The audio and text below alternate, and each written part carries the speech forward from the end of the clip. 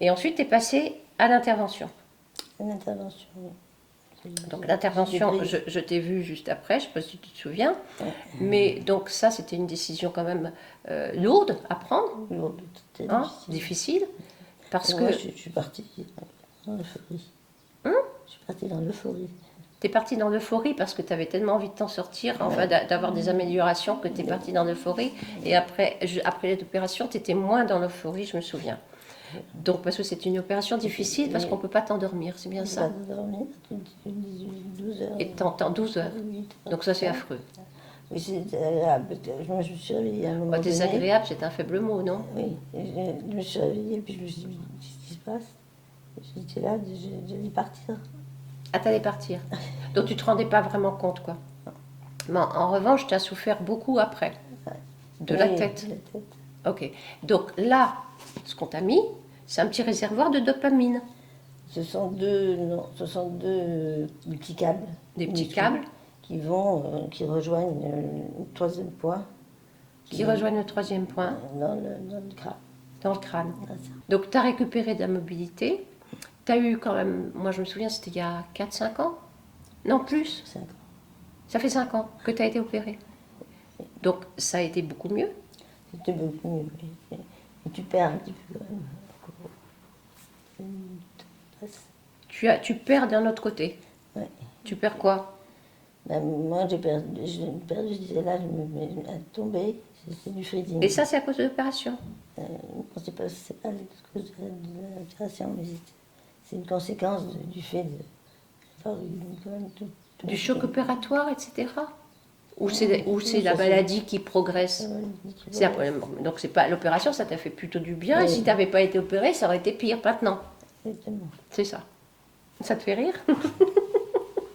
Ah, Ou bien. Bon, et là, donc ça continue à progresser ou à un moment donné ça ralentit la progression? c'est très différent. Tu sais pas très bien. Ça Là, dépend plus d'un que jour. tu sais quelle heure. On ne sait même pas quand ça démarre. Ouais. C'est un peu, je le sens, mais on ne sait pas à quelle heure. C'est ça, c'est très fluctuant, comme avant, mais t'es un peu moins bien quand même. T'es un peu moins, tu bouges moins bien. Bon, ceci dit, bon, on vieillit aussi, hein, je veux dire, on bouge nous aussi, on bouge moins bien. Les Sans- chutes, sans- c'est Comment? grave. Les chutes, c'est grave.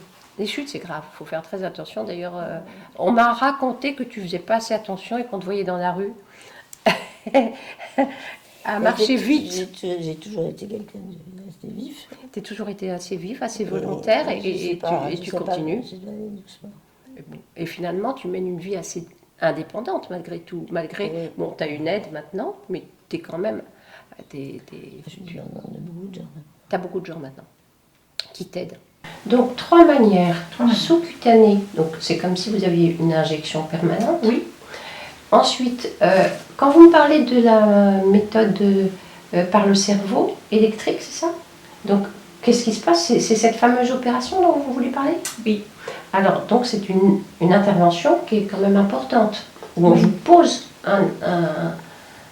Oui, en effet, on ne peut pas opérer toutes les patients. D'accord. Il y a à peu près 5 à 10% des patients qui rentrent dans les critères d'opérer. Ah, simplement, d'accord. Ouais. Pour pouvoir être opéré, il faut avoir fait tout un bilan et il faut avoir exclu une série des symptômes qui seraient propices à s'aggraver si on stimule. Donc on sélectionne des patients qui on sait que n'ont pas des problèmes d'équilibre, pas des problèmes de parole, pas des problèmes de mémoire. Et ce type de patients, si après tous les voyants sont verts après avoir fait un bilan, on peut proposer la stimulation, mais c'est toujours que 5 à 10% des patients seulement. D'accord. La troisième solution, c'est si les patients il n'est pas opérable, si les patients n'ont pas toléré le traitement par voie subcutanée ou ils ne le souhaitent pas. Dans ces cas-là, on fait un trou, on passe une sonde, on fait une jéjunostomie, on appelle ça, et on va passer une sonde et on va passer les médicaments dilués, comme sous forme d'un gel, et aussi avec une pompe. La pompe est un peu plus grande. Et sans médicaments du tout, il se passe quoi? C'est incompatible avec la vie. Voilà, c'est pas vif. Non, c'est incompatible. Ce n'est pas vital. Non, parce que vous avez, au début de la maladie, oui, vous êtes tout simplement très fatigué, mais vous avez besoin de cette huile, donc là, le moteur, il s'arrête.